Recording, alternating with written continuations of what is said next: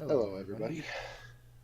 Welcome to a live stream on Goblin HQ. I'm your host, Andrew Block, and you are actually on the first live stream for Goblin Talk.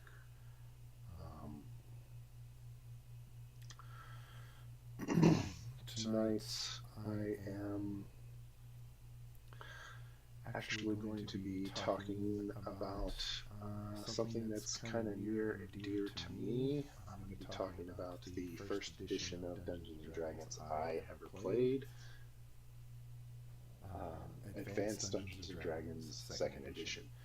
Now, about 3 or 4 years ago, I made a video called Having Fun with 4th Edition Dungeons & Dragons Essentials, or Having Fun with Dungeons & Dragons 4th Edition Essentials, something to that effect. And in it, I talked mostly about 4th Edition Dungeons & Dragons, but I talked a little bit about all the editions of Dungeons & Dragons, and except for 1st Edition, because I don't have much, if any, experience with this particular edition of Dungeons & Dragons. But, and I've been running 4th Edition for the last 3 or 4 years, and the game has been growing really, really well. But we've gotten to pretty high levels in it, level 18, and things have gotten to a point where one of the problems of 4th Edition has actually kind of creeped in, and I'm not particularly happy with this particular problem, and that is that the combats for 4th Edition has been taking a really, really long time. Now, in that last video, if you've watched it or listened to it or whatever, I talk very highly of 4th Edition, and I will continue to advocate for 4th Edition. I think it's a great edition of Dungeons & Dragons. I think all the editions of Dungeons & Dragons are really great in their own particular ways. They all serve their own purpose for whatever group is using them. I have my own personal preferences, and but there is a couple problems with there are problems with each edition of Dungeons & Dragons, and that happens to be one of the problems of 4th Edition, that especially as you get in higher levels, that's something that happens. But that's not a problem that's unique to 4th Edition. That's a problem that actually happens with most editions of Dungeons & Dragons, especially the Wizards of the Coast era Dungeons & Dragons. 3rd Edition has that problem, 4th Edition has that problem, 5th Edition has that problem. And it has to do with the amount of, well, it has to do with two things in particular: the amount of stuff that the players accrue. And I'm not talking about stuff like equipment. It has to do with things like feats, skills, features, and abilities, powers, and things like that. And the second part of that problem is the action economy. Players navigating the action economy to make sure that those feats, skills, abilities, and features and stuff all work properly. It becomes a little bit of a slog as players try to maximize the efficiency of that. But I'm not here to really talk about that. That's a whole different thing. What I'm here to talk about, though, is about 2 to 3 weeks ago, about a month ago, I decided I wanted to try something different, try to alleviate this particular issue. And I told my players we're going to try to switch over to second edition. Because in second edition, this particular problem, I'm not going to say it doesn't exist, but it is a problem that is very minimalized, and it's because those particular things, the feats, the skills, the excess of features and stuff like that, that doesn't exist in second edition. And we'll get into that as I kind of talk about second edition and why it's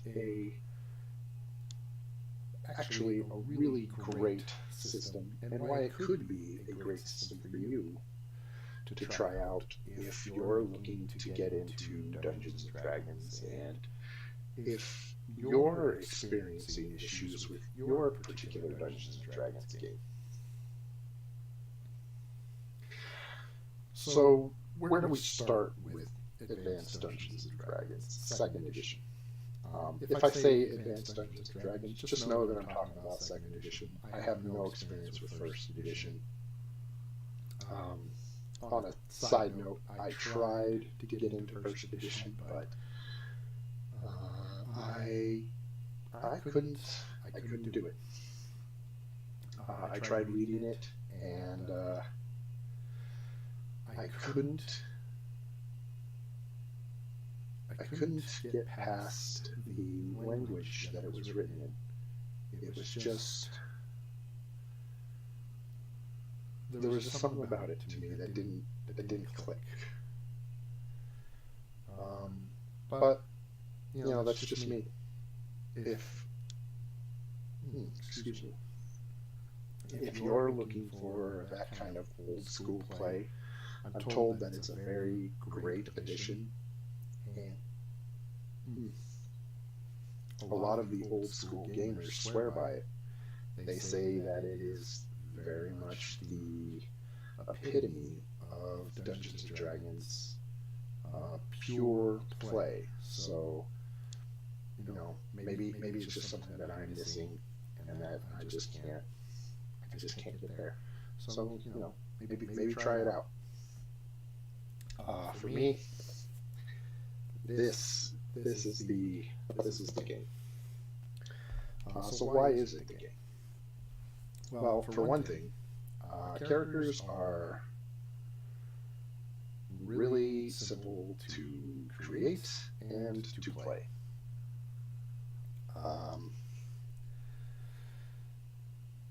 Well, what makes them simple to create? For one thing,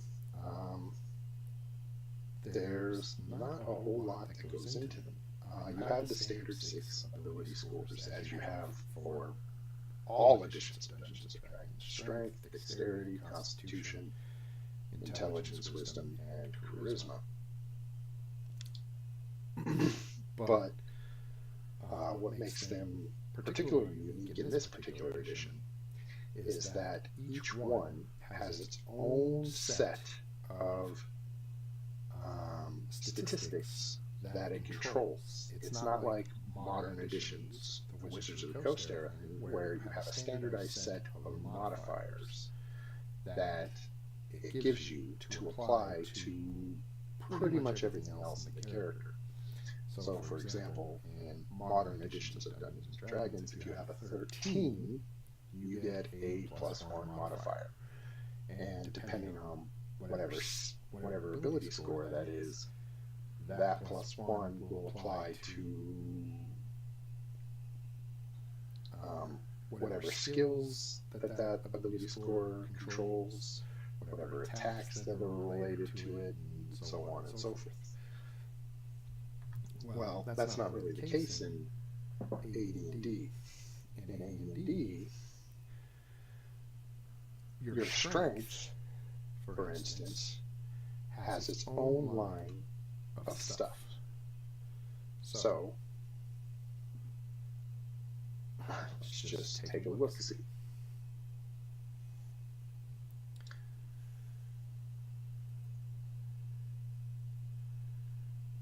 So you have the forward here, and I love the art in second edition as well.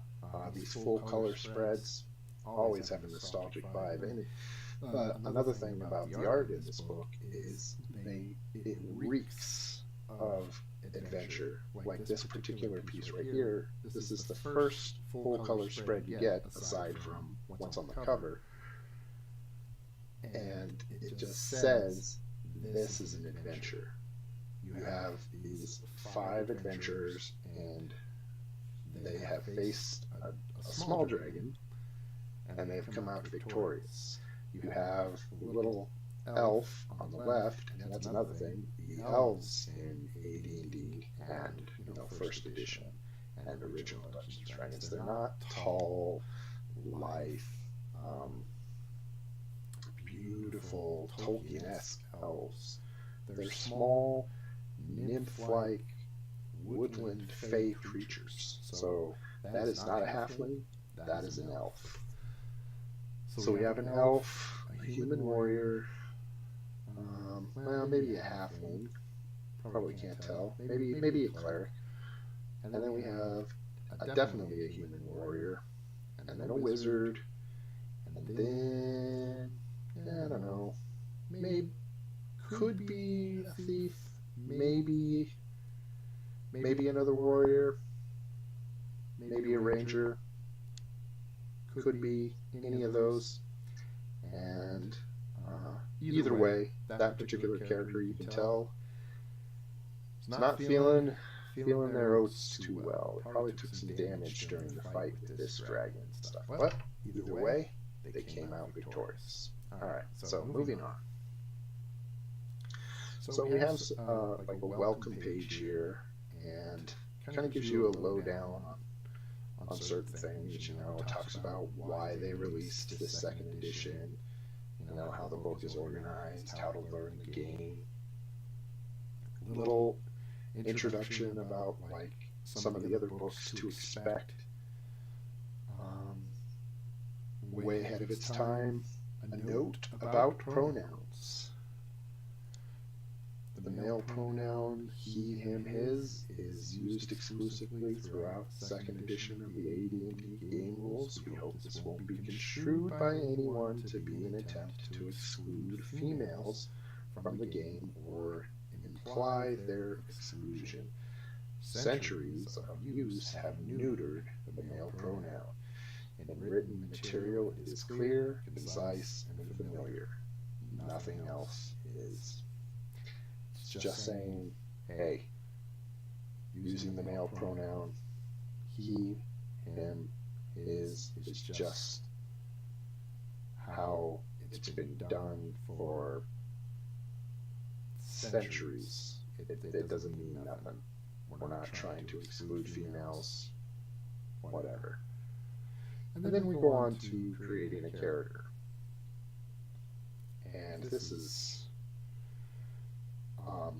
it's a little bloated here. All this right here doesn't really need to be this long, to be perfectly honest, but it really is. And the example of play, this is actually a really interesting section. And I know I wanted to get to the ability scores, but I find the Player's Handbook here very interesting. First of all, a quick note, the Player's Handbook in 2nd edition and 1st edition is probably the thinnest of any player handbook of any other edition. The Player's Handbook for 2nd edition is only 250 some odd pages, and half of that is spells,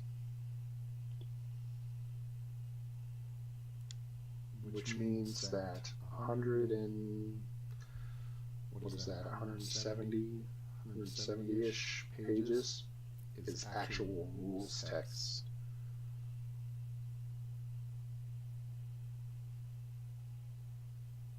And there's even a more interesting subtext to that, and I'll explain that once we get into the nitty-gritty of things.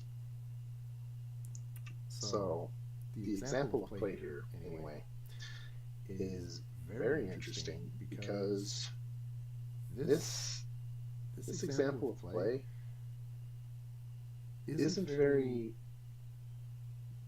indicative of how second edition would actually play. This example of play could be copy and pasted into just about any edition of Dungeons and Dragons.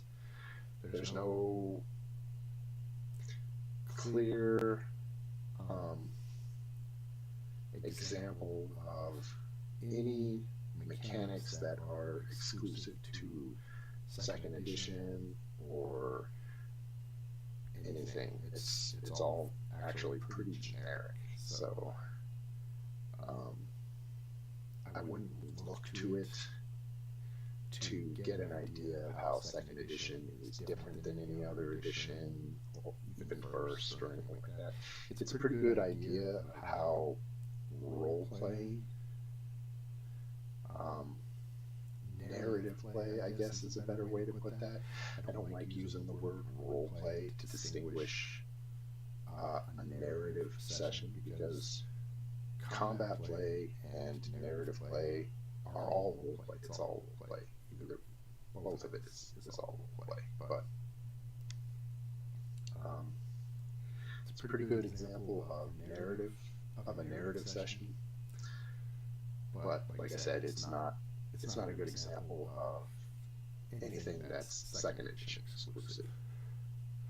The glossary is actually amazing. I love the glossary, and I love that it's at the beginning of the book.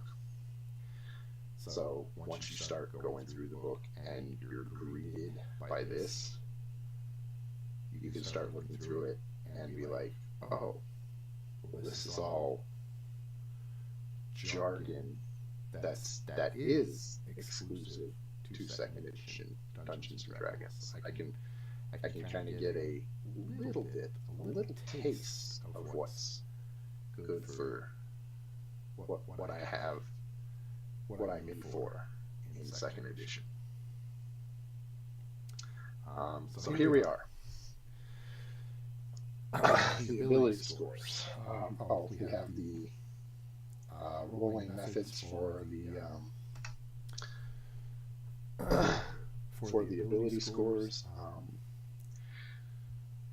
trying to remember what the rolling methods that they list, the ability generation methods are in 5th edition.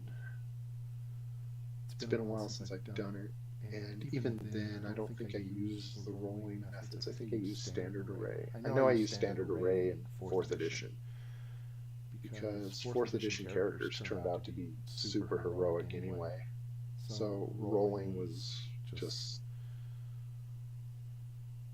it was unnecessary, and it would generate even more super heroic characters. So it was pointless. I mean, I suppose I could have just let them roll and it wouldn't have mattered anyway, but there's 6 methods of generating ability scores in here. In fact, fun point of fact, in 2nd edition, in the Dark Sun campaign setting, there is an additional way to roll your ability scores, 4d4 plus 4. And those generate some pretty good ability scores. And I know there's a lot of people out there that use that particular method. And if you're looking for characters who have pretty decent ability scores in your 2nd edition games, try using that if you plan to go with this particular setup, 2nd edition that is. So anyway, on to what I was originally talking about, where your ability scores each have their own set of things that they control. So here we're looking at the table for strength. Okay. Now, if you remember, we were talking about how in third, fourth, and fifth, they came up with this system where every ability score had a standardized modifier based on whatever it is you rolled or you had, depending on how you generated your stat. Well, here you can see that you're going to get different things based on whatever your ability score is. So for your strength controls a hit probability, damage, weight allowance, max press, which is the maximum, is like a bench press, the maximum weight you can bench press, open doors. That is a roll you can make to open a door, bend bars, and lift gates. This is your ability to literally bend bars and lift gates like portcullises and things of that nature. And you'll also notice that all those numbers are a little bit different. There's like no standardized set. You'll also notice, if you're unfamiliar with this kind of thing, that the 18 has a little subset of numbers after it, after 18. Well, this is called 18th percentile strength. Warriors, which is a class of, or a categorization of classes, which include the fighter, the paladin, and the ranger. If you rolled an 18 for strength, you have the ability to get what's called percentile strength, which means that you are not only strong, you are stronger than other people. Well, it's technically a special ability for warrior classes. It's a way for them to get additional hit probability and additional damage ability, because that's what martial classes do.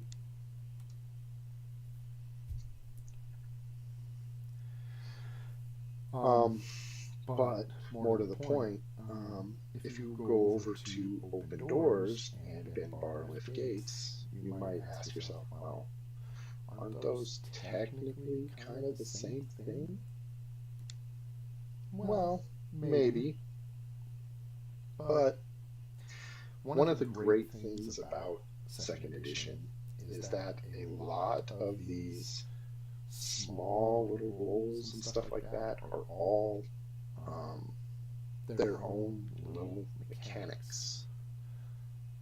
So you're not always rolling the same die and doing the same thing in order to do different things. You're not always rolling a d20 and just trying for a slightly different number and different things.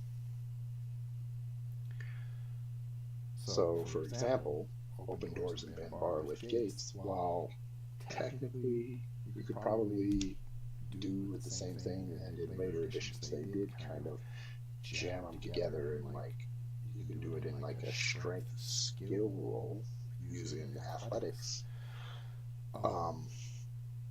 There are totally different rolls in second edition.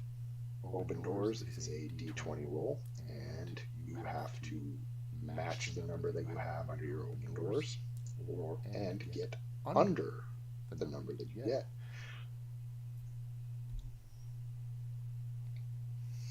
To bend bars and lift gates, it's a percentile roll, and you have to get under the percentage that you have.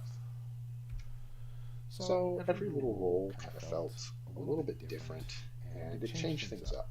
And I thought I think that's very cool, because it makes it just freshens things up a little bit when you do things like that. You go to dexterity. Dexterity controls reaction adjustment. Now, the reaction adjustment is used when making a surprise roll. And it also has an effect on your attack rolls when you're making attacks with two of your dual wielding weapons. Now, only warriors and rogues can dual wield weapons.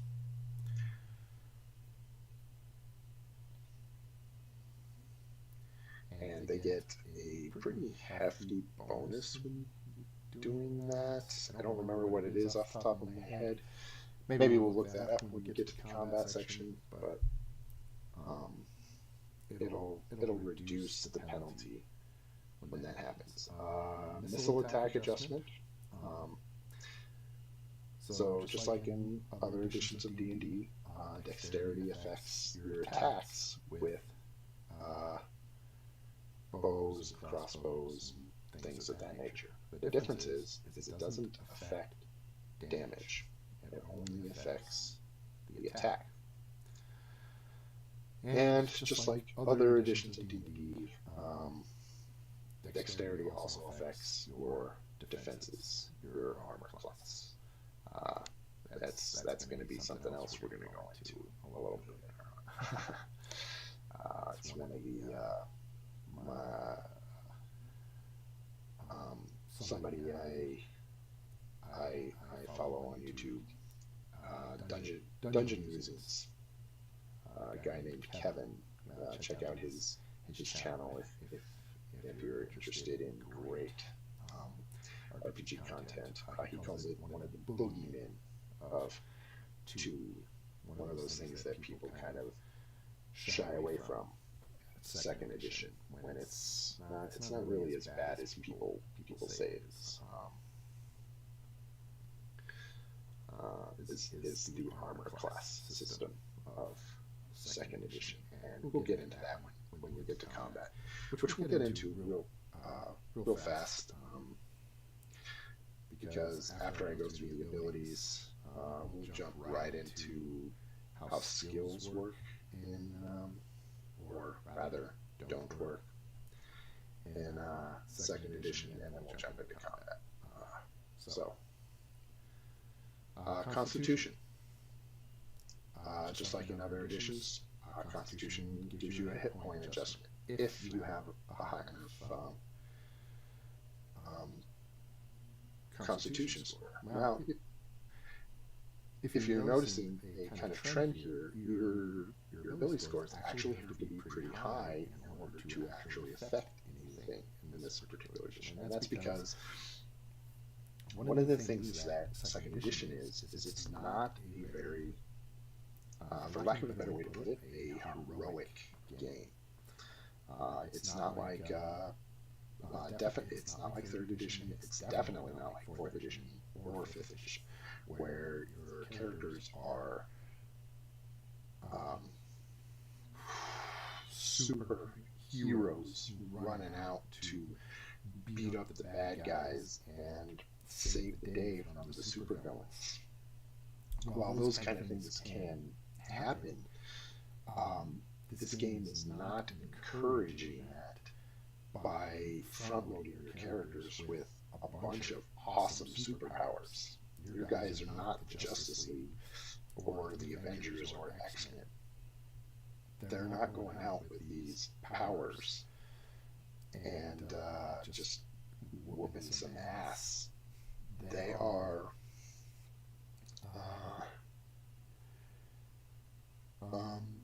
heroes, but this game is built around a more let's put it, a gritty sword and sorcery aesthetic, something more akin to Robert E. Howard's Conan stories. Conan, while he was a powerful dude, he was just a dude. A dude with a sword and armor, and he would just go out and do things. He wasn't a superheroic dude. He was in fact, he was kind of a butthole. He was raiding these towers and these tombs, and he wanted women, loot, magic items, and he was just in it to stop these other guys from getting in his way. And second edition is not very much different with that kind of aesthetic. Sometimes your characters' alignments put them in the roles of good guys, but they're still not superheroes. They're not slinging psychic bolts, or they're not speedsters. They don't have laser eyes or anything like that. They may get something akin to that later on in their adventuring career as they accrue magic items or certain levels or certain spells. But even then, a lot of those things are temporary, or they come with some kind of curse, or they're just not high-powered individuals like that. And that's not to say that second edition is about punishing players, because it's definitely not. It's actually about rewarding players who make smart plays. But it's I guess the best way to kind of compare it is fifth edition. Fifth edition is kind of a good analogy in a certain regard.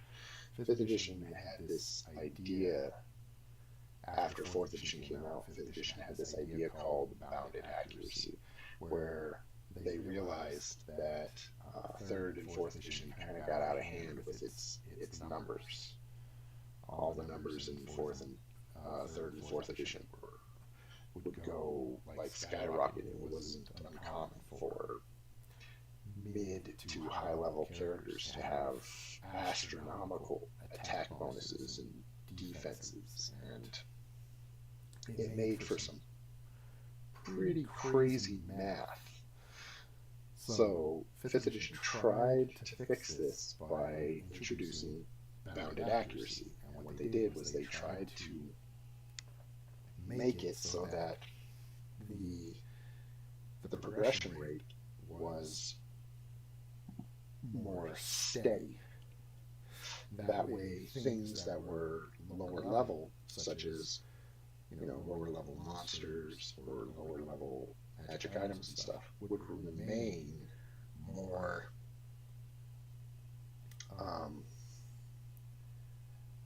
what's the word I'm looking for? Not prominent, but more relevant. Would remain more relevant longer as the game went on. They wanted it so that if you had a goblin, which is like a CR-14 creature, something like that, CR1, would remain useful from level 1 to whatever level they wanted it to remain useful. My personal opinion, bounded accuracy kind of failed because the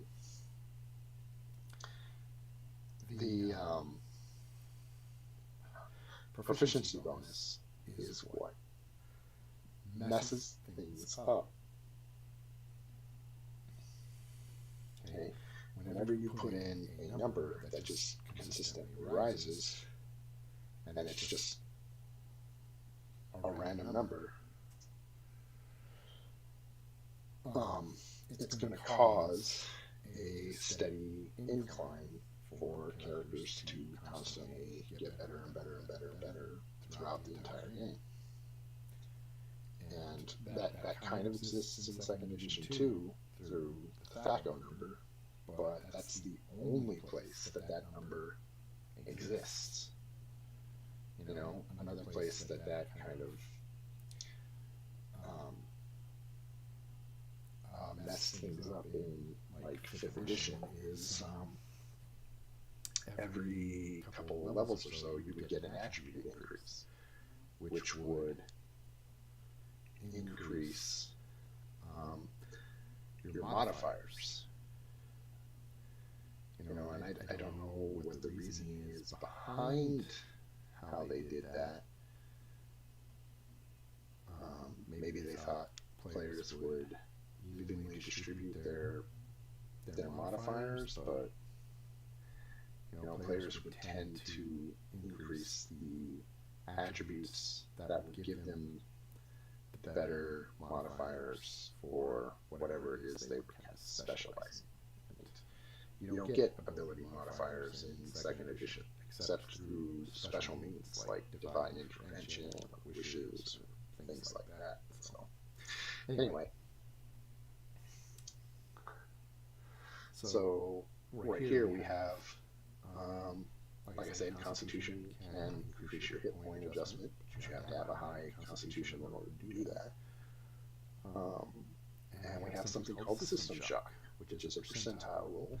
Now, something unique to this particular edition is anytime your character would suffer something that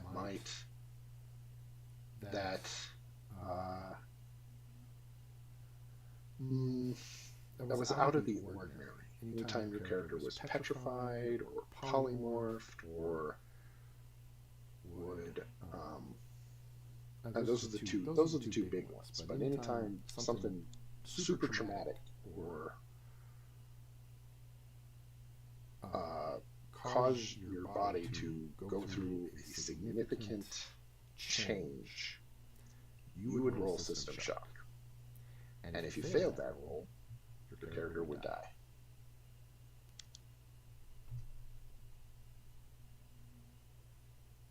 And that would happen twice on Petrification and Polymorph. Whenever the Petrification and Polymorph happened, and whenever it was cured, or you change back. Because the trauma of that happening was just, it's too much for your body to handle. Same thing with Resurrection Survival. It's a traumatic event, so you know sometimes you just can't handle it happening. They also instituted a thing in Resurrection where you can only be resurrected a number of times equal to your Constitution ability score. So you had a number of lives equal to your Constitution. So you kind of had to be careful. See, and that's one of the things the second edition does, is it makes death a very real consequence. It's not like more modern editions where death is kind of an inconvenience rather than a consequence. Poison Save is just a benefit you get to saving throws. A Poison Save, because saving throws in second edition are grouped a little differently than they are in more modern editions. Regeneration, if you get a high enough Constitution, the blue sections of the ability scores you can't get in a normal generation of your scores. Like you wouldn't be able to start those except in exceptional means. Intelligence is an interesting thing.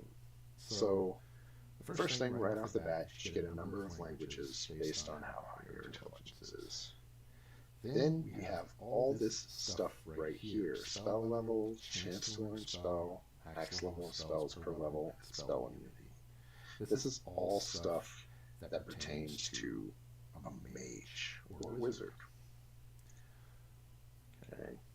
Now, spell level dictates the maximum spell level you are able to learn. If you don't have a high enough intelligence, you can't learn certain high level spells. So if you have, for instance, a wizard with an intelligence of 13, you're only going up to spell level 6. That's it.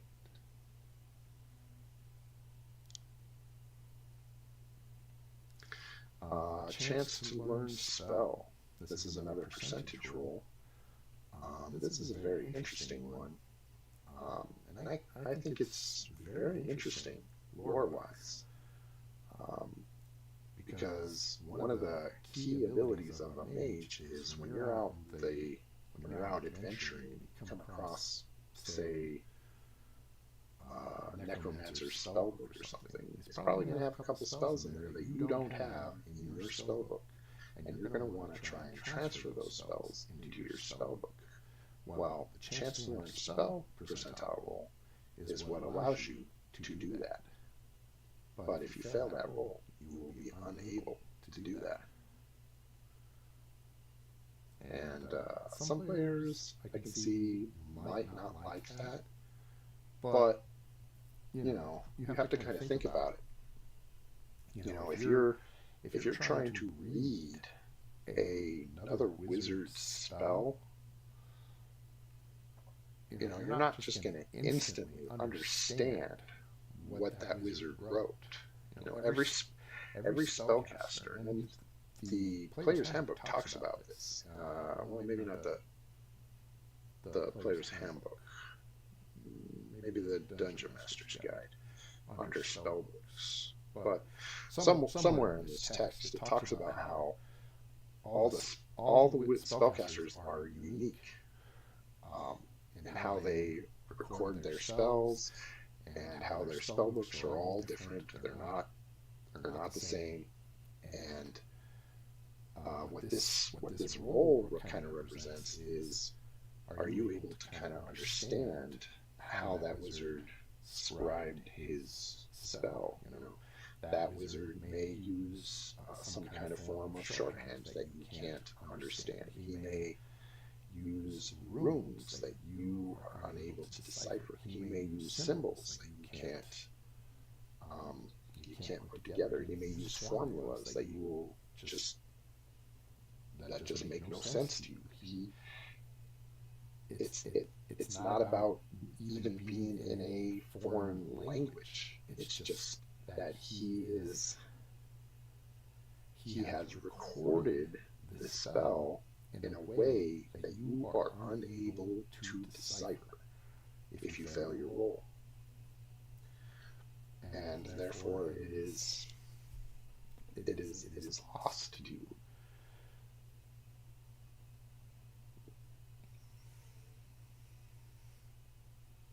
So that's how I do it.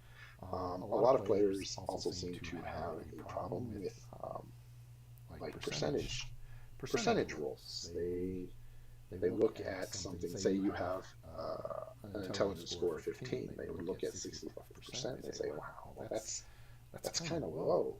Well, if you compare it to like a modern version of Dungeons and Dragons, 3rd, 4th, 5th, and you can convert that to a modern D20 type roll, and you'll also notice that that's actually not too bad. So if you take every number on a D20 roll is 5%. So if you take 65%, that's 50% on a D20 roll, that's 10. So 65, that's 10 is 50. 9 is 55, 8 is 60, and 7 is 65. So you have a DC 7 D20 roll. That's not terrible at all. That's a DC 7 modern skill check.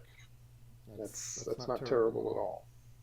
It would be the same as if a modern D&D game, a modern DM said you need to make an arcane check DC 7. Now, granted, you wouldn't have an arcane skill with like a plus 12 or whatever, but that's basically what it boils down to. The next thing that they have in intelligence is max number of spells per level. Now, this is also a new thing, and it's kind of it's an interesting one. This is a limitation that says you can only have X amount of spells per spell level in your spell book. Now, this one, if you were going to flip a page here, this is in this blue section, and it says that it's an optional rule.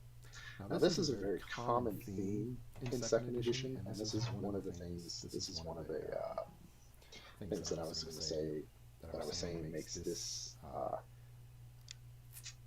even more interesting. Remember how I said the Player's Handbook for second edition is like 170 pages because of spells and stuff like that? And the Player's Handbook would probably be even lighter than that. Well, this is why. A lot of the rules in second edition are optional. They're labeled like this. Like you'll see a base rule, and then it'll have like three or four little blue sections like this that say optional. And there's actually a whole chapter in the Player's Handbook that is an optional rule. And we're going to get into that in just a second. I don't use this rule, by the way. It's not that I think it's... I don't think it's bad. I think it has its place, but I didn't want to just totally nerf my players when bringing them from a system like 4th edition, where they were superheroes and now they're kind of nerfed down a little bit. Now, I gave them plenty of things in 2nd edition, so as far as 2nd edition goes, they're actually pretty dang good, but they are not as comparable as their 4th edition counterparts. Let's just say that. Next is spell immunity. If you have a high enough intelligence, you gain an immunity to illusion spells. You're so smart that you can just see right through it. See right through a certain level of illusions. You just know, that's not real.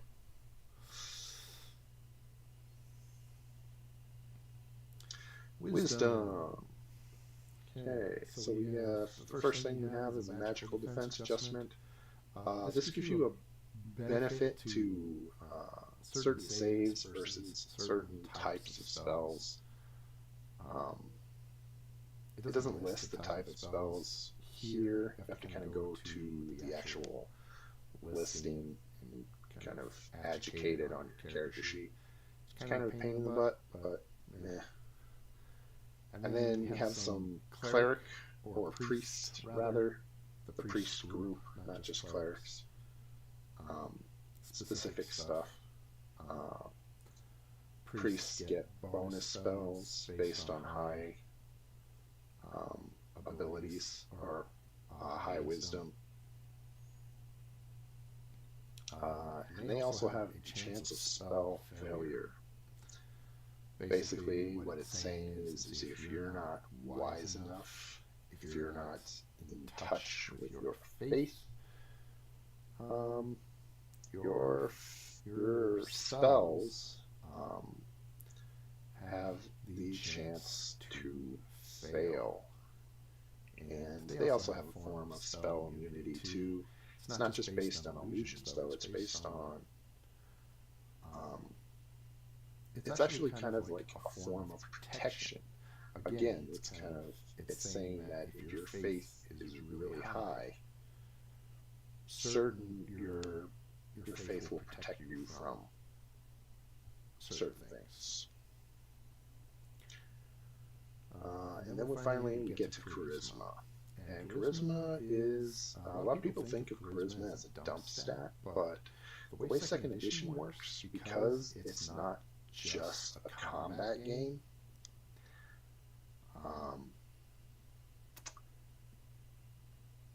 charisma is actually very important. And as a DM, you really need to emphasize that. You need to use these three stats. Henchmen. Henchmen are super important. If you get a maximum number of henchmen. Henchmen are a form of NPC. Later in the DMG, it talks about henchmen. There's the whole section on NPCs. There's henchmen, retainers, and like a whole slew of like NPCs. And hirelings. That was the other word I was looking for. So your PCs can really benefit from NPCs a lot in second edition, and it's because in second edition the game, I already mentioned this because second edition isn't a combat set piece game. It's not about moving from combat encounter to combat encounter to combat encounter to combat encounter, resting, and then going back to combat encounter, and so on and so forth. It's about actually trying to drive an adventure forward. And sometimes you need NPCs to do this. And that costs money, that costs diplomacy, and you need hirelings, henchmen, and the ability to kind of deal with people in order to do that. And your charisma in this game deals with that. And it deals with that in a very simple yet elegant way. First of all, your charisma determines how many henchmen you can have. Next, it deals with loyalty base. Now, your loyalty base determines how loyal those hirelings and henchmen will be to you, depending on what's happening in the situation that you're in. Okay.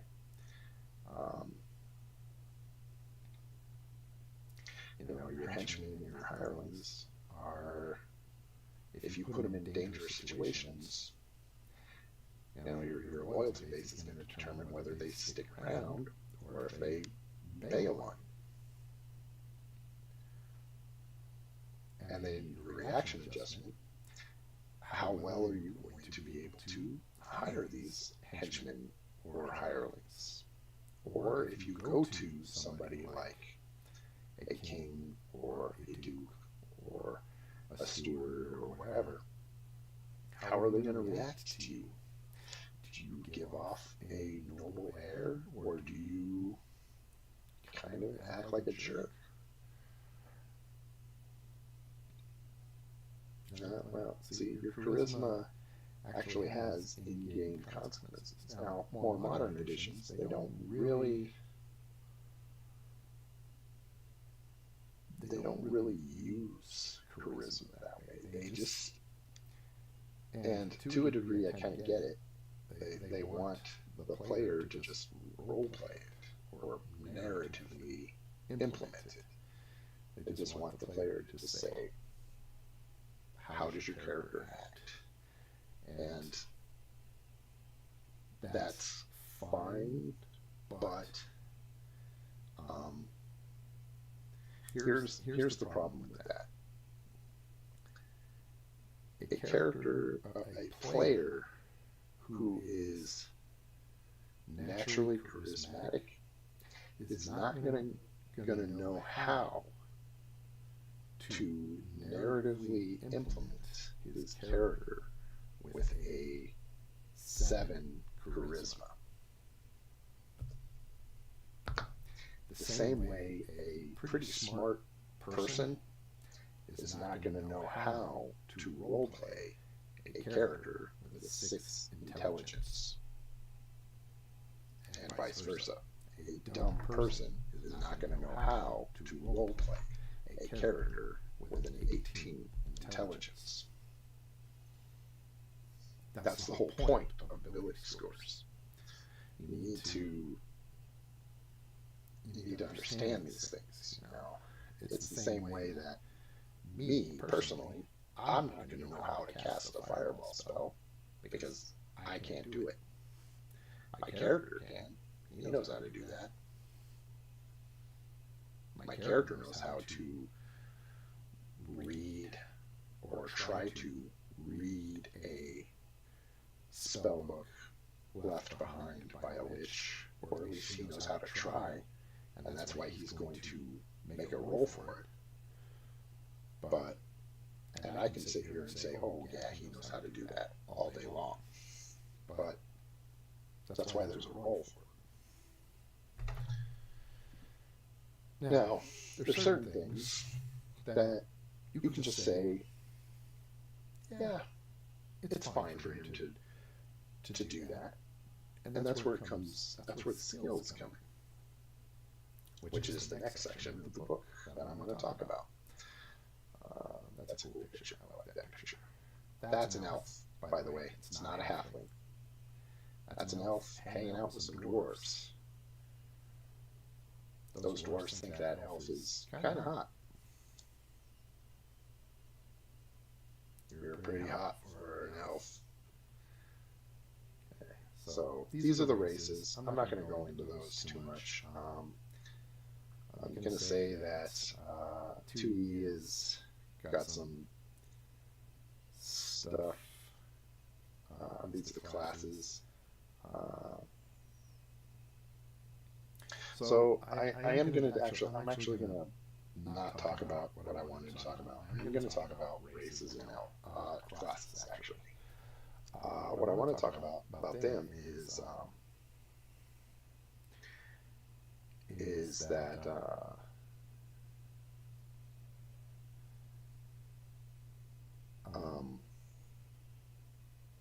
let's see. Compared to modern editions, these particular things work a little bit differently. Okay. So in modern editions, you can be anything, any combination of anything. You can pick whatever race you want, whatever class you want. That was not the case in second edition and first edition. That I do know about first edition. In second edition, only certain races could be certain classes. And even further, races could only go up to certain levels in their respective classes. Now, a lot of players will think, well, that's kind of lame and that's kind of bullshit. Well, they talk about this, I don't remember how, I know they talk about it in Player's Handbook, but they go into detail about it in the DMG. And there's a great video about the races of Middle Earth on YouTube by, gosh, I can't think of his name right now. I'll give you kind of a rundown on what I'm talking about, and it makes sense to me. Basically, how it works is because in second edition, the only special ability that humans have is that they can go to up to level cap, level 20 in any class. That's the only special ability. Oh, and they can dual class. And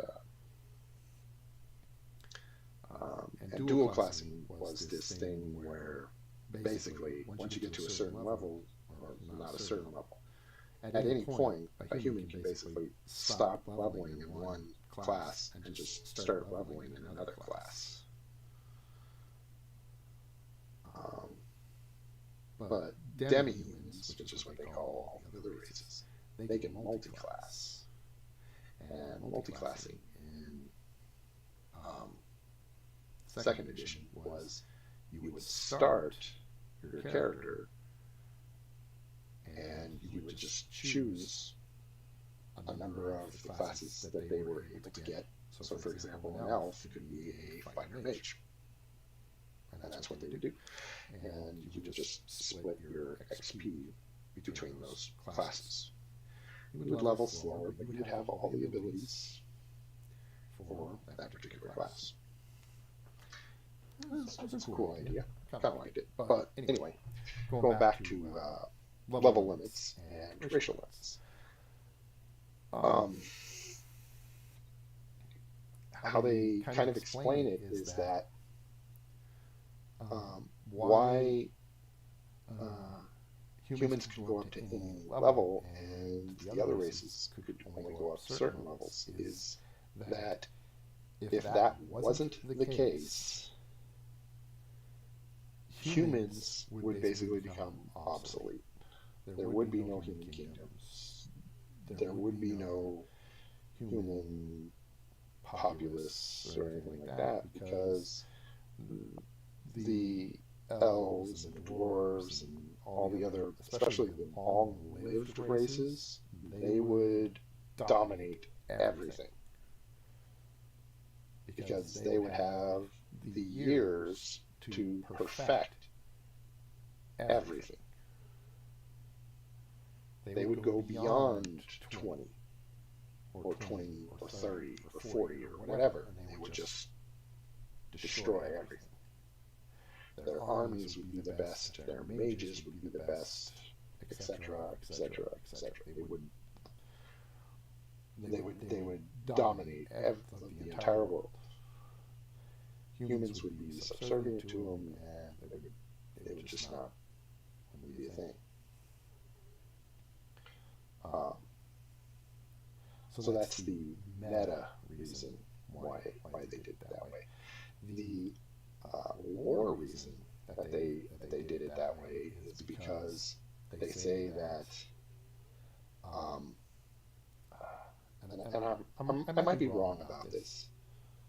They say that the demi-humans, they only go up a certain way because at some point they basically, and this is kind of a broad strokes way to kind of describe it, they get bored.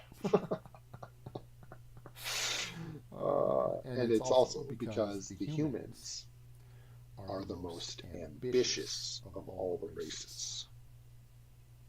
So they're more willing to push themselves past their limits and obtain those higher levels. Whereas the other races are more just kind of like, yeah, we're gonna do what we do. And that's kind of what it is.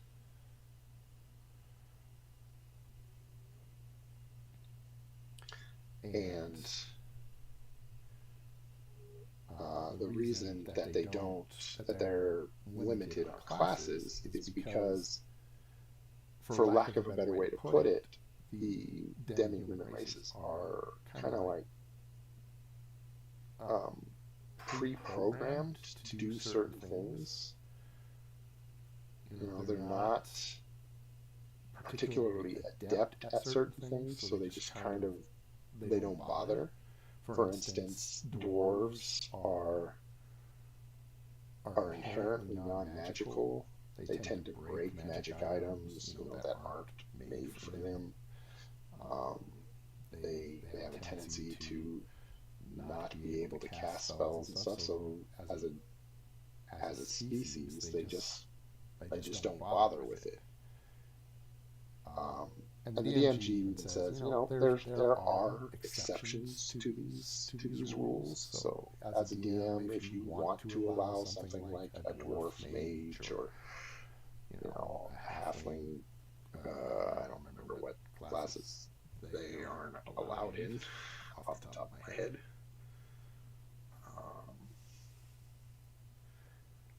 A halfling ranger or whatever, feel free.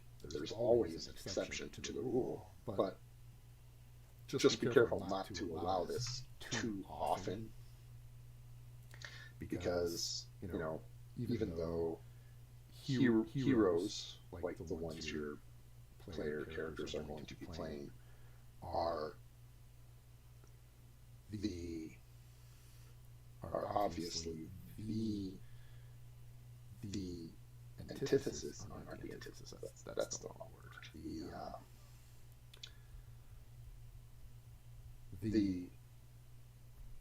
The mold for the exception to the rule. It sets a dangerous precedent for players to want to try and finagle things too much. So you gotta kind of be careful when to allow it, and how to allow it. Yeah. And I don't know. It just kind of struck with me, because it's like, something that always kind of bothered me, and it started with third edition. It's not a fourth edition problem. It's not a fifth edition problem. I mean, it is a problem in those editions, but it's something that kind of struck a chord with me in third edition when it first came out. It just kind of never sat right with me. Is that everybody could be everything, and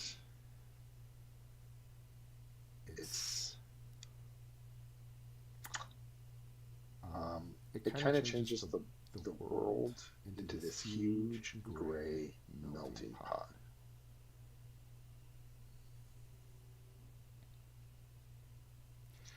And it's like, it's kind of like what Syndrome says in The Incredibles. If everybody is special, then nobody is special.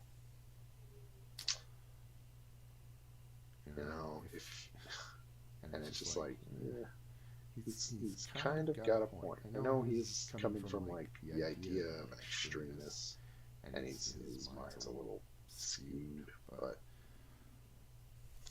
he's not wrong. You've got a whole world full of tieflings. You've got a whole world full of dragonborn, and shardmites, and elves, and eladrin,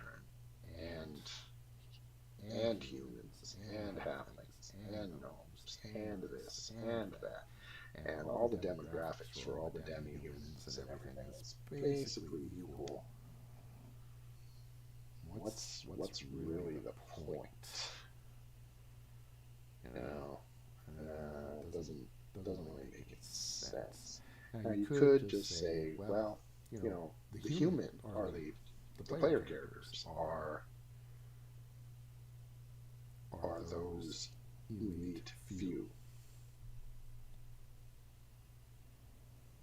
But then you've got to do this thing where it's like, well, every time they walk into town, they turn heads, and everybody's got to wonder, wow, those people are weird.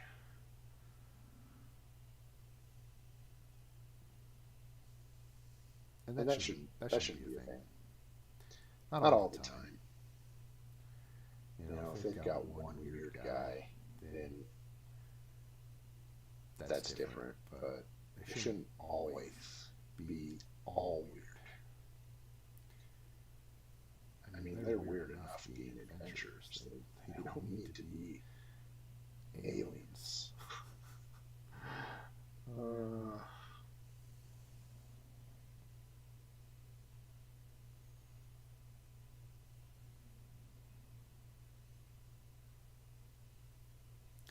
So here we are in classes. Now let's take a look back at races real quick, since we kind of brought it up.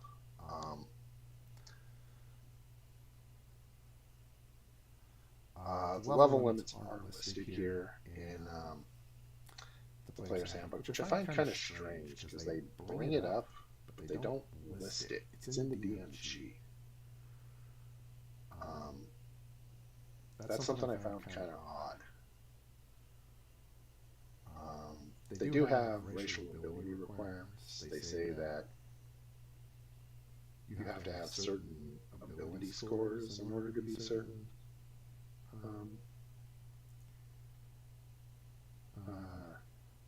races, which that's fine. I don't think that's too detrimental.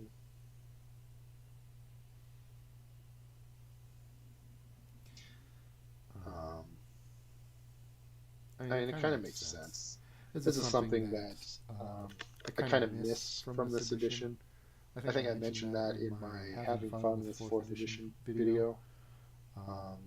Racial ability adjustments are positive and negative instead of just positive.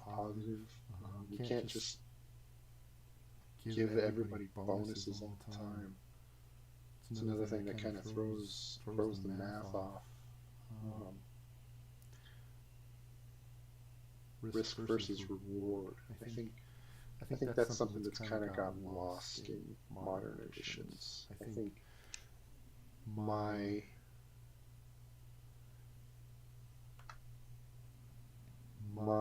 sentiment is that we should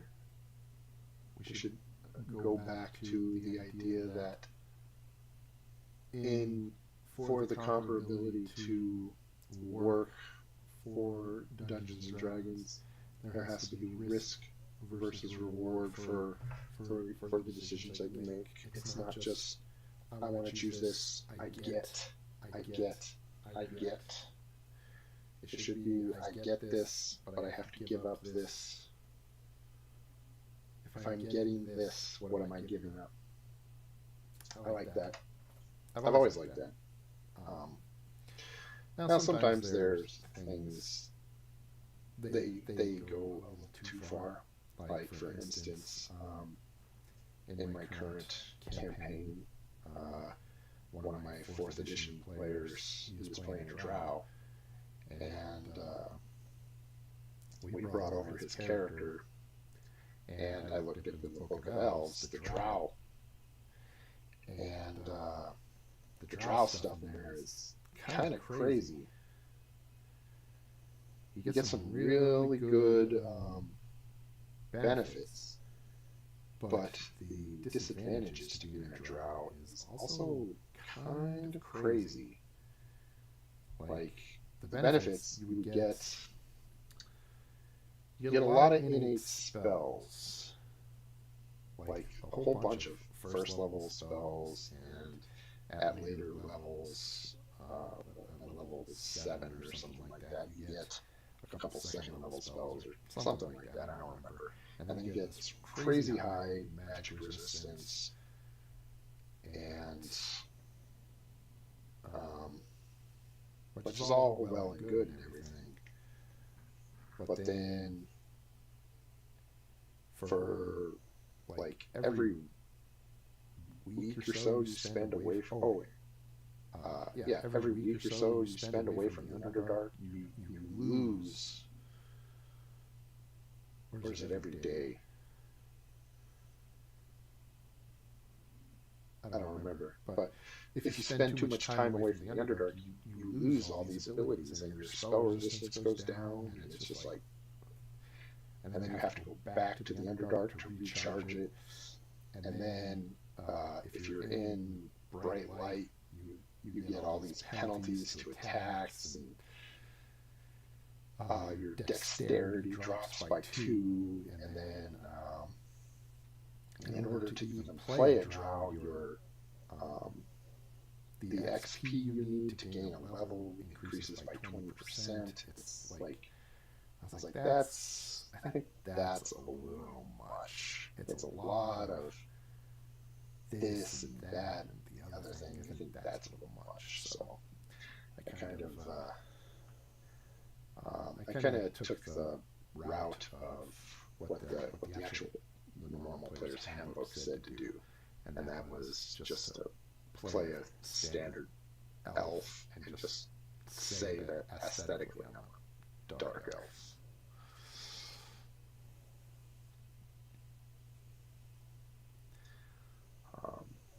Yeah.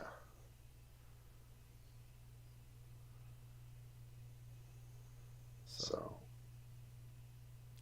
and you know, all the races have their own abilities and stuff like that. Some of them, you know, they're not crazy. One of the things that second edition has that other editions don't, but it's a precursor to other abilities. It's called infravision. Now, infravision is it's basically dark vision. I kind of have a problem with dark vision in 5th edition. Because every race in 5th edition has it, except for humans. And I think that's nonsense, especially since every time you go into any damn cave, every player at the table always feels the need to speak up and say, "I have dark vision." It's like, yes, I know. I'm just gonna assume that everybody has dark vision, even the human. So yeah, I mean, if you look at this page right here, look at the human section. It's like 2 or 3 paragraphs. All these other races, they get all this. They get all this text. And the humans get 2 or 3 paragraphs. Average height, weight stuff. That's kind of cool. I mean, they let you kind of figure it out. That's neat. All right, classes. Something that's I also missed in this edition. All the stuff that I say I missed, I didn't realize I missed it until I went back and looked through second editions. It's kind of crazy. Varying progression tables. I think I mentioned this in my other video too. But I didn't realize how much I kind of missed it until I'm looking at it. And every class progresses differently. Now, it's not by a whole lot, but they all have their own. Well, not their own. Some classes use the same, like the Paladin and the Ranger use the same. But they all progress slower or faster than other classes. I think that's pretty cool.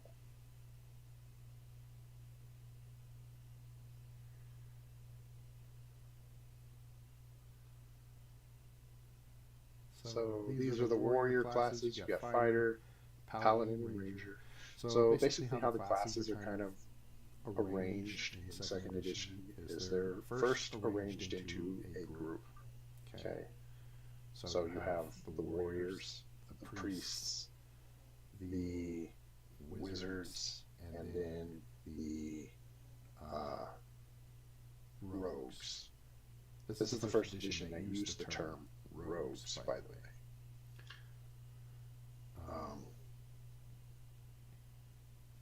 And then each group kind of had its specialist classes.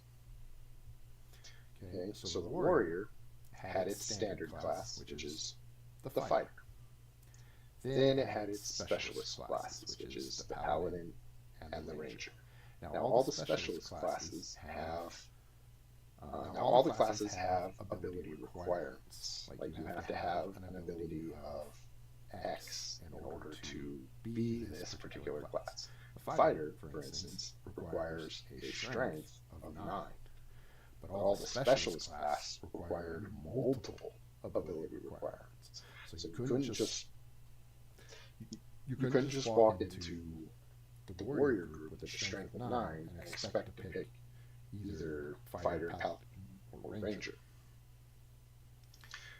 In order to be a paladin, you needed a strength of 12, a constitution of 9, a wisdom of 13, and a charisma of 17. That's a lot. In addition to that, only humans can be paladins.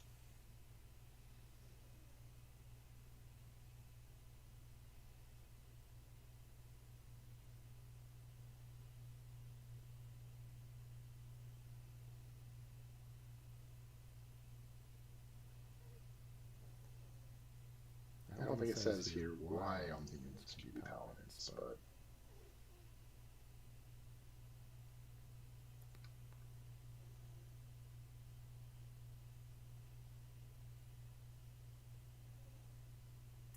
but it's not easy to stay a paladin if you do anything that would cause your alignment to shift.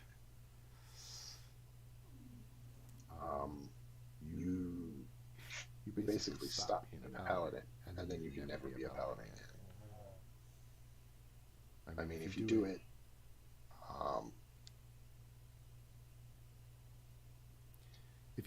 inadvertently, you can do like penance. You can go to a cleric and confess your sins, and then you have to do like all this. You have to do like all this rigmarole to try and regain your paladinhood. But if you do it on purpose,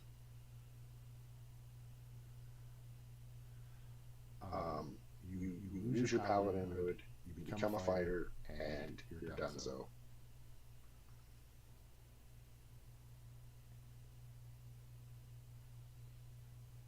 And you lose all your abilities from being a paladin.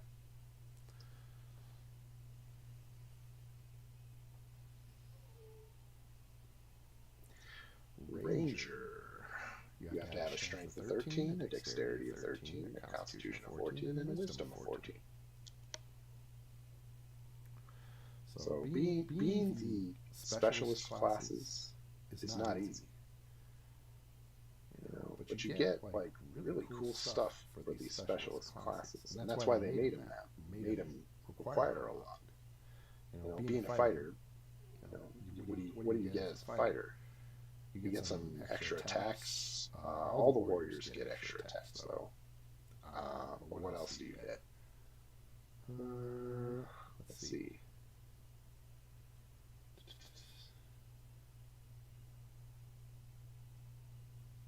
You get weapon specialization.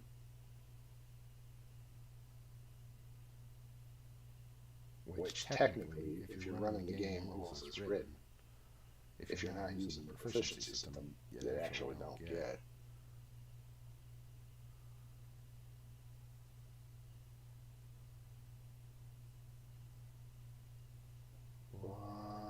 That's technically it.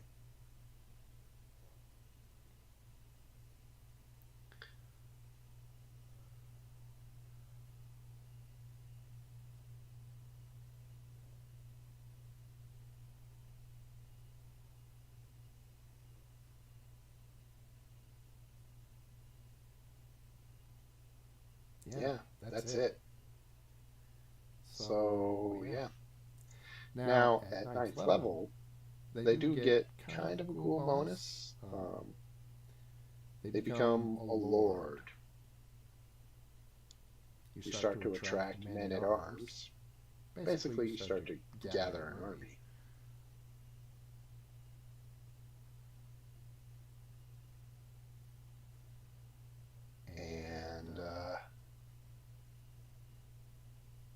And a special bodyguard. So that's kind of neat. You can kind of set yourself up as like this. I don't know. Set yourself up as this lord, which is actually really cool. And then right here on page 27, if your DM doesn't want to kind of fill in those details, or as a player you have no desire or are unable to kind of fill in those details, you could roll it up right here. So that's kind of cool.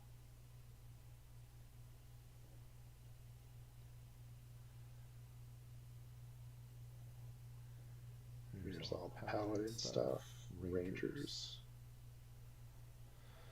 What does a ranger do? Rangers do...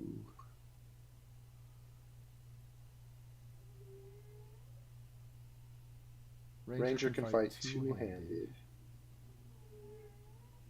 So that means he can dual wield without the penalty.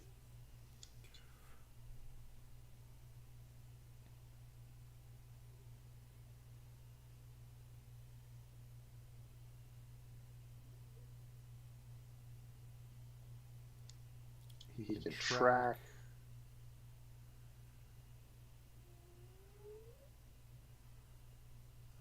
He can move silently, hide in shadows.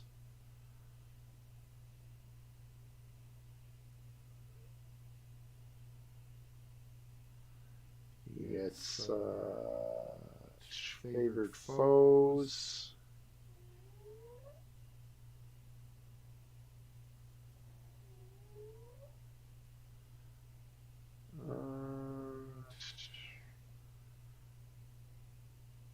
He's adept with trained and untamed creatures.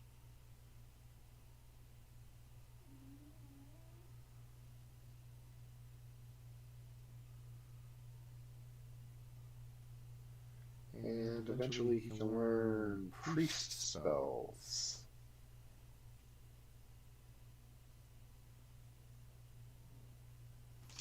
At 10th level, he attracts followers, which might be normal humans, but are often animals. Oh, rangers, by the way, can only be humans, elves, or half-elves. So, yeah. Wizards. You have two different types of wizards. You have the regular wizards, and then you have specialist wizards. Obviously, specialist wizards are the specialist class within the wizard category. You have the mage, which is the standard wizard, and the specialist.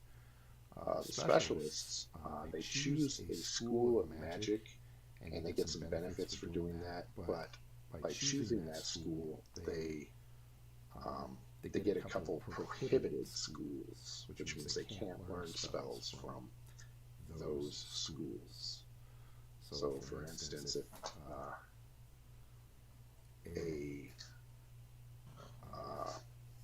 if a mage chose to be a conjurer, he wouldn't be able to learn spells from the Greater Divination School or the Invocation School. So, and the penalties are, I don't know, they're interesting. I think the benefits outweigh the penalties.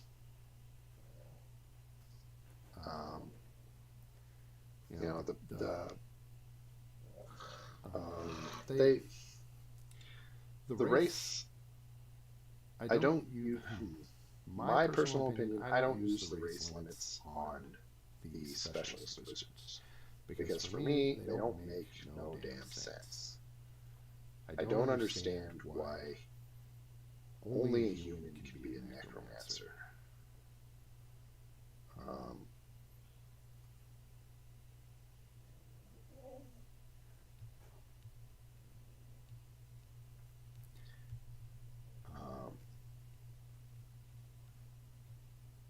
I use the normal race limits for mage, because that makes sense. Human, elf, and half-elf. Those are races that are magically inclined, so that's where it goes.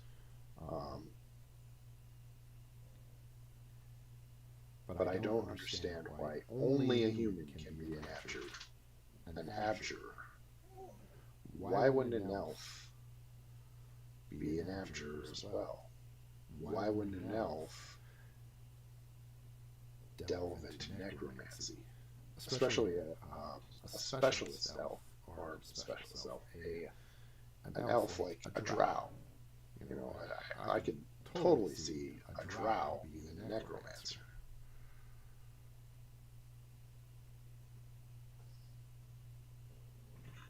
Or an invoker,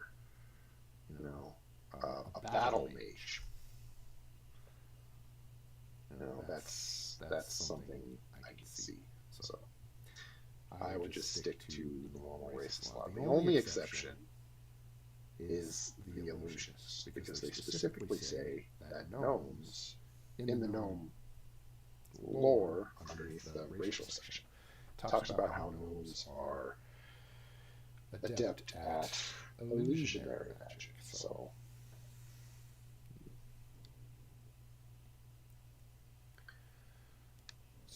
that one makes sense.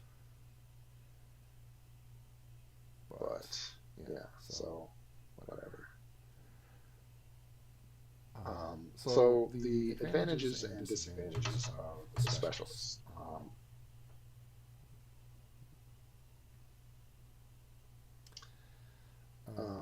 The advantages are that you get one additional spell slot per level, but whenever you memorize a spell, that particular spell has to be from your specialist school. Okay, which is actually pretty good, because as a first level mage, you only get one spell slot. Now, what does that mean? Well, in second edition, the spellcasting system is a little bit different than 5th edition players might be used to. In 5th edition, what you have to do is, well, first thing, 5th edition players are used to cantrips. You get a little selection of spells that you can just cast willy-nilly, at will, all the time. And you have a couple little, throwaway damage spells. You have a couple utility spells, and so on and so forth, such as Prestidigitation. I don't remember if they made Magic Missile. I don't think they did. I think Magic Missile is still a first level spell, but they have something like Firebolt, which is a little damage spell.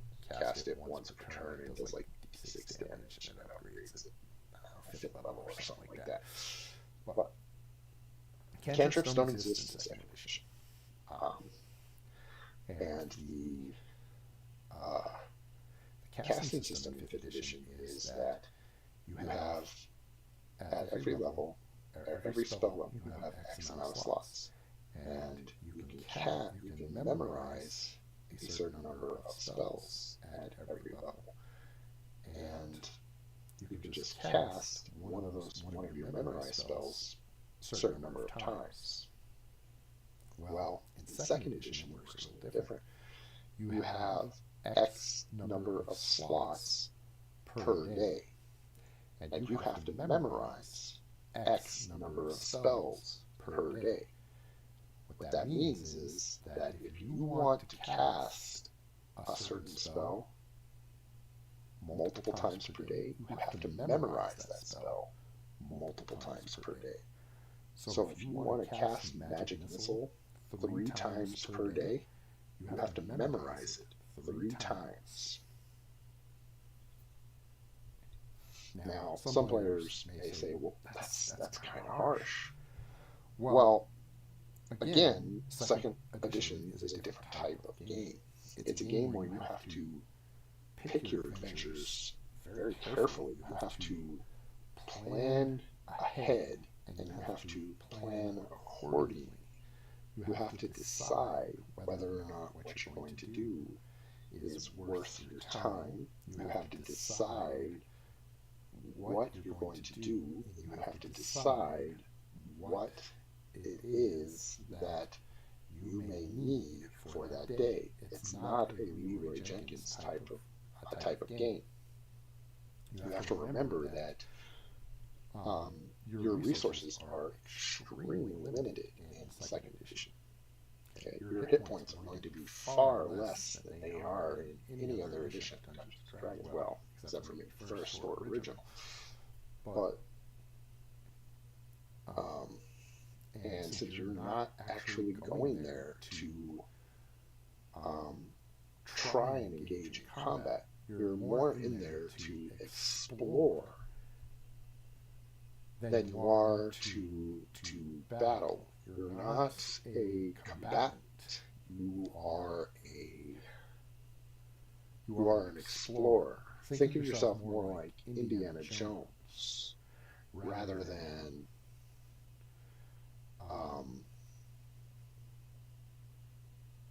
Leonidas. Even a fighter in second edition isn't really, it's not really a combatant. He's got combat abilities, but he's not, if he can get away with it, he'd probably rather not fight. Because it's going to hurt. You know, I mean, he can probably get away with it, but he's probably not going to want to do that because it's too painful. You know, you guys don't have the resources to go down there and just try and slaughter every single monster you come across. You know, you can do that in more modern editions because that's the way the game is kind of geared. You know, especially like 4th and 5th edition, you're going to have more hit points, you're going to have resources that allow you to heal better, and you're going to have more protective abilities, and you're going to have other abilities that bolster your standard features, things like feats and your magic items, things like that. In second edition, you're not going to have any of that stuff. You're going to have to play it safe. So what the real question is, it's going to come down to, it's starting to get late here, so I'm just going to go ahead and wrap this up. What the real question it comes down to is second edition a game for you? It depends on what you're trying to get out of the game. Now, like I said, I've been running 4th edition for the last 4 years, and again, I think 4th edition's a fine edition. I'm not trying to knock it. If my players want to continue running 4th edition, I will absolutely do that. My only problem with it really is that the combats are just taking too long. There's just so much happening on every player's turn that every session with a combat. The entire session is almost just that combat, and that's just getting a little tedious and old for me. Second edition is a game that is a little looser when it comes to its mechanics. However, that comes with a price. Whenever you play second edition, you are choosing to play a game that is a little more lethal because the player characters don't have as many hit points. You are choosing a game without as many powers. So, comparatively speaking, the characters don't feel quite as powerful. They're going to feel less exciting. They're going to lose a ton of options. However, in reality, their options are actually going to open up. See, what's happening is in second edition is you're taking away things like skills. You're taking away things like features and powers and feats and tons of all these listed things on the character sheets. And what this does is this forces players to think. This forces players to use their imaginations. And sure, in combat, for a while, they may resort to simply just swinging their weapon and bonking their enemies on the heads with their weapons. But after a while, they may start coming up with better ideas, such as, well, can I push that monster down the stairs? Or what happens if I pick up that rock and drop it on his head? You know, or doing other more creative things. You know, I want to throw my sword at the goblin's head. Or what happens if I clash this thing, make a loud noise to try to scare the monster away? You know, these are all very good options. What has happened in more modern editions, and I don't say this as a bad thing, but the character sheets have become more complex, and they've had lots of options listed on. And what has happened is players have started looking to their character sheets for their answers, rather than digging in their imaginations. You know, they've begun asking, well, can I use this skill to solve this problem? Can I use this power to solve that problem? What happens if I use this feature? You know, how does this feature solve this? You know, whereas in old D&D, Advanced Dungeons and Dragons 1, Advanced Dungeons and Dragons 2, and even basic Dungeons and Dragons, it used to be, well, what happens if I do this? And the Dungeon Master would simply answer, well, that's an interesting idea. Well, this, you do this, and that happens with pretty much little to no die roll. You know, because with a handful of exceptions, there are very few die rolls that react to whatever a player does. Second edition doesn't even really have a skill system. It has what is called a non-weapon proficiency system. And what this is it's a list of what they call non-weapon proficiencies. And these are act as actual skill groups that are tied to attributes.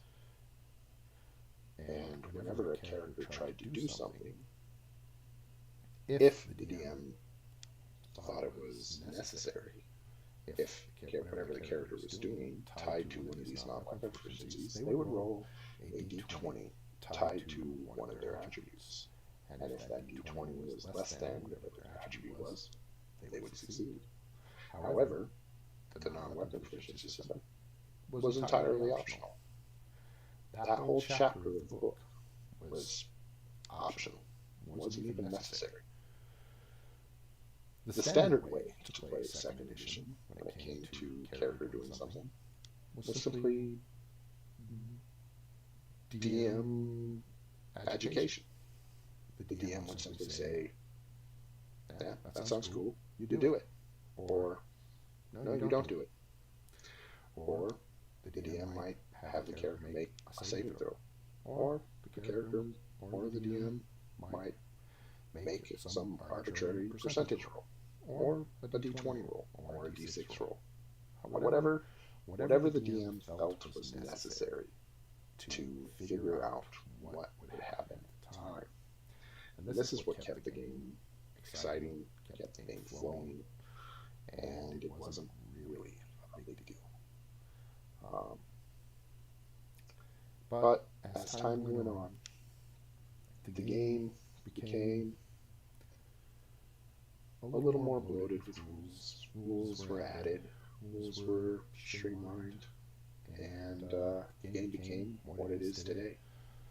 So, if you're thinking that maybe Advanced Dungeons & Dragons 2E is for you, I would say, yeah, it might be. If you want a simpler, more streamlined system. But you also need to ask yourself, are my players ready for a simpler system? Would they mind having players or characters that are not quite as super heroic as their 5th edition or 4th edition or 3rd edition counterparts? Because if they can't give up their powers, 2nd edition is probably not for you. So, until next time, fellow Gobliniers, I have enjoyed talking to you. It's pretty late here, so I'm going to go to bed. Keep on gaming, and if you like this, go ahead and give it a thumbs up, and maybe I'll talk some more about it. I know we didn't get very far in the Player's Handbook. We only got to, the end of classes, not even to the end of classes. We got halfway through classes. We didn't even talk about priests or rogues. There's still so much more to talk about in the actual thing. But I wanted to wrap it up and kind of give you a summary of if 2nd edition might be for you guys.